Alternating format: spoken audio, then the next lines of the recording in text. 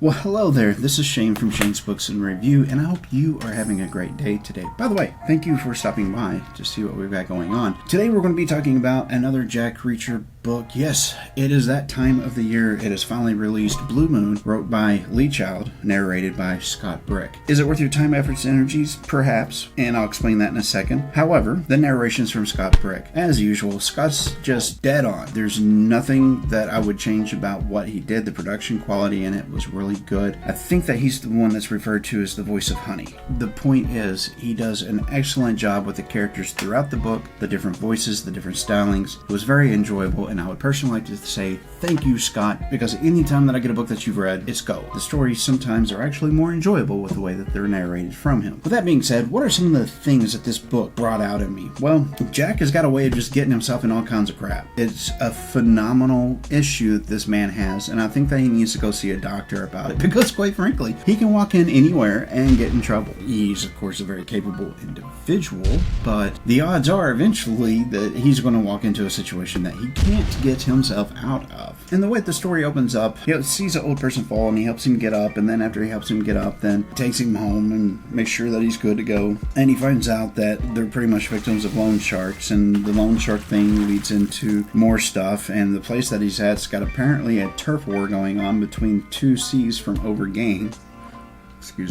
two gangs from overseas from different nationalities, and they're trying to split the town up between themselves. And now there's a hostile takeover going on, which is making it worse for everybody, but especially this old couple. And the old couple has a really big backstory too. I mean, this one, it's really poured on heavy, which sometimes it's not so much with the Jack Reacher books. Sometimes it's just a surface area scratch, and there's a bit of an idea that's expressed that maybe it should be looked into. He goes and he finds out what's going on, breaks it up, and moves on. But in this one, it kind of got a little bit more deeper, so there was an attempt to elicit a emotional reaction from the reader by roping them in with the sob story of the old couple and their daughter having a very rare form of cancer and her employer just being a crap person, really. It's quite fascinating to see how these little details get roped in together by the end of the book. Not going to tell you much more than that about it, but it was a phenomenal ride. There's descriptions of the way these loan sharks are behaving by showing these really graphic pictures to Jack, why the Jack assumes the identity of the old people, and vice versa. Of course, there's a tryst with someone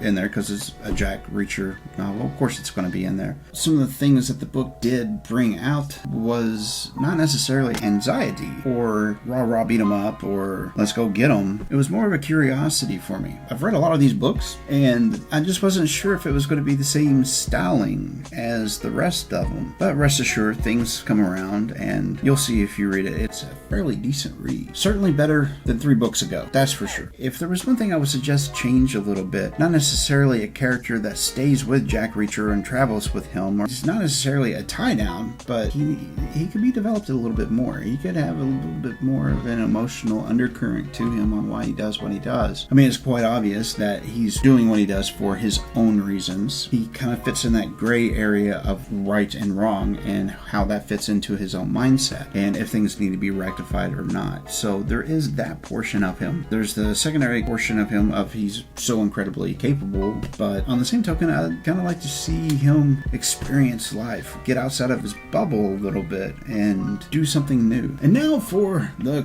question of the week. Jack Reacher comes to your town. Do you run and hide? Do you walk up to him and throw a cup of coffee in his face and tell him that he's a pig, chauvinist punk?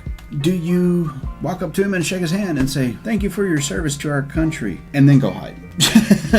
I'm just curious. I would like to know your thoughts or whatever about it down there in the comments section. Feel free. I will read them, and if they are interesting, we'll splash those up on the screen. That's it for this week. Thank you so much for watching, and thank you for coming by. Like, share, subscribe. This is Shane from Shane's Books and Review. I hope that your week was a good one and that the next one is just as good. Oh, and by the way, YouTube, they really want you to see one of those 2 videos right there. So do us both a favor, and one of those right there, just pick one and watch it, and I will see you in the next video.